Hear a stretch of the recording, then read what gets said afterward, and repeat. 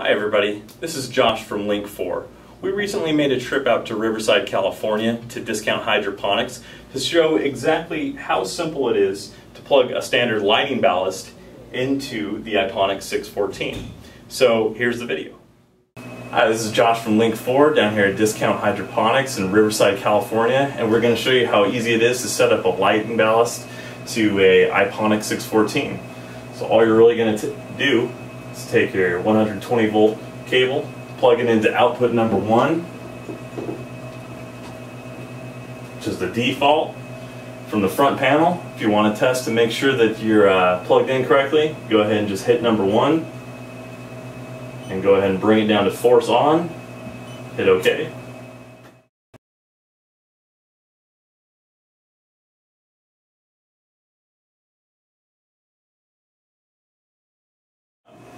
So now that our light's on, you can go ahead and, now you know that your equipment is set up, your lights are coming on, you can go ahead and go into directly from the front panel on the home screen. I can just go to number 1 for my light, and if I wanted to get into additional settings, I can just actually scroll down to where it says settings and go ahead and hit the OK button, and then I can set my start time, my end time, and you can also, from the home screen, you can actually go into the menu, hop over to system setup, go to number 1 for your equipment setup, and then I can go into the advanced options and I can go ahead and set a host of different options for my lights, such as a timed override, have it set up for my basic set points during the day, which are by default from 5 a.m. to 11. And that's pretty much it. It's that simple. Plug it in, try it out, and that's all there is to it. Okay, so now you've got a better idea of how simple it is to go ahead and hook up a lighting ballast to the iPonic 614. Basically just plug it in, go ahead and go to force on, and you're good to go. And it comes on, and I can tell it's on by the green light right above. But what if you want to do a little bit more beyond that? Well, you can actually go into the lighting, and you can go ahead and go down to settings, and you can see the settings for your light. Now by default, everything is on a set point, so your lights are going to be set on a set point, and we can see that our set point is set from 7:33 a.m. to 11 p.m. Now I can change the start time, or I can change the end time from this screen right here. So it's easy access to it.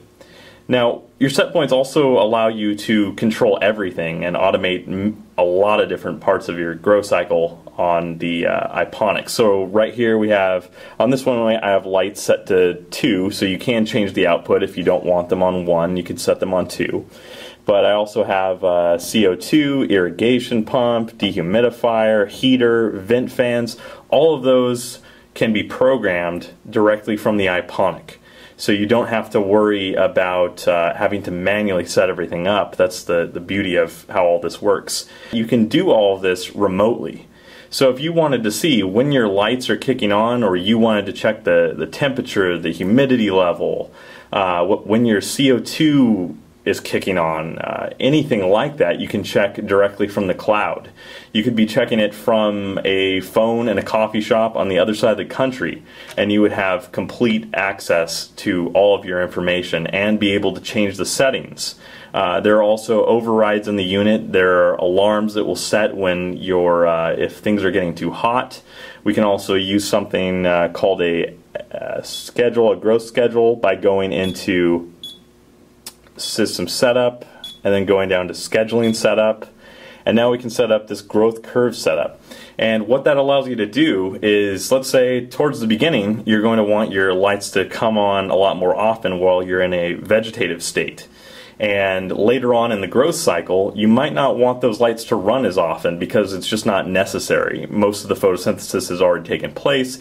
You don't need this to actually happen anymore. So you can come in here and go ahead and specify that in, let's say, week number 7, you want your lights to run for an hour less, thus saving you money on your power bill.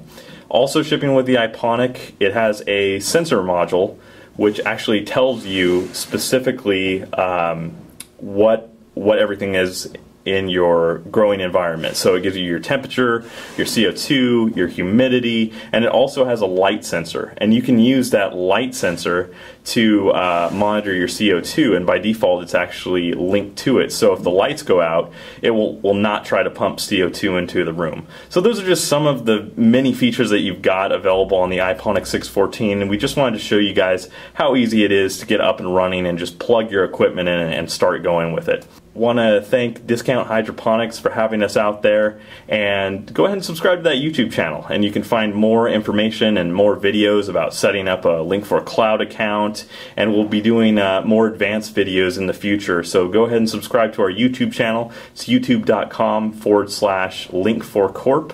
You can also visit us on the web at link4corp.com. Thanks a lot.